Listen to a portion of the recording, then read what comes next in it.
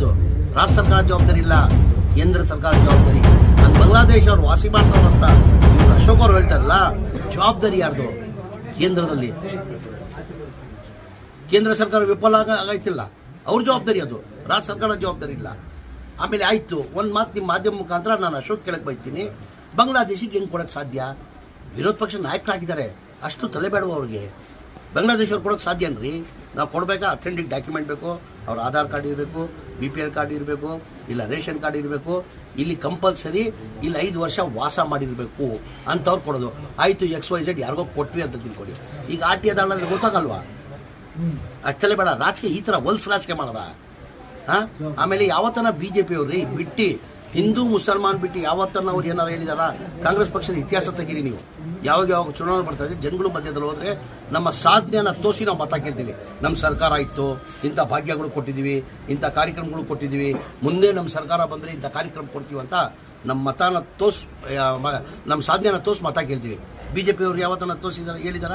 ಹಿಂದೂ ಮುಸಲ್ಮಾನ್, ಅವ್ನು ಯಾವ ಹಿಂದೂನೂ ಬೇಕಾಗಿಲ್ಲ ಅವ್ರಿಗೆ, ಯಾವ ಮುಸಲ್ಮಾನೂ ಬೇಕಾಗಿಲ್ಲ. ಅವ್ರು ಬೇಕಾಗಿರೋ ಅಧಿಕಾರ.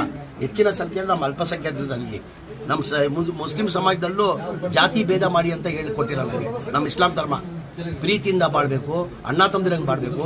ಮಜಹಬ್ ನಹಿ ಸಿಖಾತಾ ಆಪಸ್ ಮೇ ಪೈರ್ ರಖ್ನಾ, ಹಿಂದಿ ಹೈ ಹಮ್, ಹಿಂದೂ ಸಾರೇ ಜಹಾನ್ ಸೆ ಅಚ್ಚಾ ಹಿಂದೂಸ್ತಾನ್ ಹಮಾರಾ. ನಮ್ಮ ಇಸ್ಲಾಂ ಇತಿಹಾಸ ಅವ್ರು ಹೇಳಿದ್ದೀನಿ. ಒಂದು ಸಣ್ಣ ಬಳ್ಳಾರಿ ಜಿಲ್ಲೆಯಲ್ಲಿ ಆ ಬ್ಯಾನರ್ ವಿಚಾರಕ್ಕೆ ಒಂದು ಇನ್ಸಿಡೆಂಟ್ ಆಗಿ ಒಬ್ಬ ಅಮಾಯಕ ಬಡವ ರಾಜಶೇಖರ್ ಅಂತ ನಿಧನ ಹೊಂದಿರೋ ಸತ್ತಿರೋ ತಮಗೆಲ್ಲ ಗೊತ್ತಿರೋ ವಿಚಾರ. ಅವತ್ತು ನಾನು ಗಣೇಶು ಭರತ್ ರೆಡ್ಡಿ ಎಲ್ಲ ಹೋಗಿದ್ವಿ. ಅವ್ರ ಮನೆ ನೋಡಿಬಿಟ್ಟು ನನಗೆ ಭಾಳ ತುಂಬ ಬೇಜಾರಾಯಿತು. ಒಂದು 200 ಸ್ಕ್ವೇರ್ ಫೀಟಲ್ಲಿ 5 ಜನ ವಾಸ ಮಾಡ್ತಾ ಇದ್ದಾರೆ. ಅವ್ರ ತಂದೆ ಪಾಪ ಚಿಕ್ಕ ವಯಸ್ಸಲ್ಲೇ ತೀರೋಗ್ಬಿಟ್ರು. ಅವ್ರ ಅಕ್ಕನ ಗಂಡನೂ ಕೋವಿಡಲ್ಲಿ ತೀರೋಗ್ಬಿಟ್ರು. ಅವನೇ ಅವ್ರ ಅಕ್ಕನ ಮನೆಯಲ್ಲಿ ಇಟ್ಕೊಂಡು ಜೀವನ ಮಾಡ್ತಾ ಇದ್ದ. ಅವ್ರ ತಾಯಿ ತಮ್ಮ ಭಾಳ ಬಡತನ. ಅದು ನೋಡ್ಬಿಟ್ಟು ನನ್ನ ಕಡೆಯಿಂದ ಸಣ್ಣ ಒಂದು ಕಾಣಿಕೆಲ್ಲ ಕೊಟ್ಟಿದ್ದೀನಿ ಅಂತ ಮಾಧ್ಯಮದಲ್ಲಿ ಅಂದೆ. ಈ ಥರ ಸಣ್ಣ ಕಾಣಿಕೆ ಕೊಟ್ಟಿದ್ದೀನಿ ಅಂತ. ನಾನು 25 ಲಕ್ಷ ಅಂತ ಕೊಟ್ಟಿಲ್ಲ, ನನ್ನ ಕಡೆಯಿಂದ ಸಣ್ಣ ಕಾಣಿಕೆ ಅಂತ ಕೊಟ್ಟಿದ್ದೀನಿ. ಆಯ್ತಪ್ಪ, 25 ಲಕ್ಷ ಕೊಟ್ಟರೆ ಅಂತ ತಿಳ್ಕೊಳ್ಳಿ. ಕುಮಾರಸ್ವಾಮಿಗೆ ನೀವು ಹೊಟ್ಟೆ ಕಿಚ್ಚ? ಬಡವ್ರು ಕೊಡೋಕೆ ಅವ್ರಿಗೂ ಮನಸ್ಸಿಲ್ಲ, ಕೊಡೋರ ಬಗ್ಗೆ ಹೊಟ್ಟೆ ಕಿಚ್ಚ. ಮತ್ತು ಬಡವ್ರು ಎಲ್ರಿಗೂ ಹೋಗ್ಬೇಕು?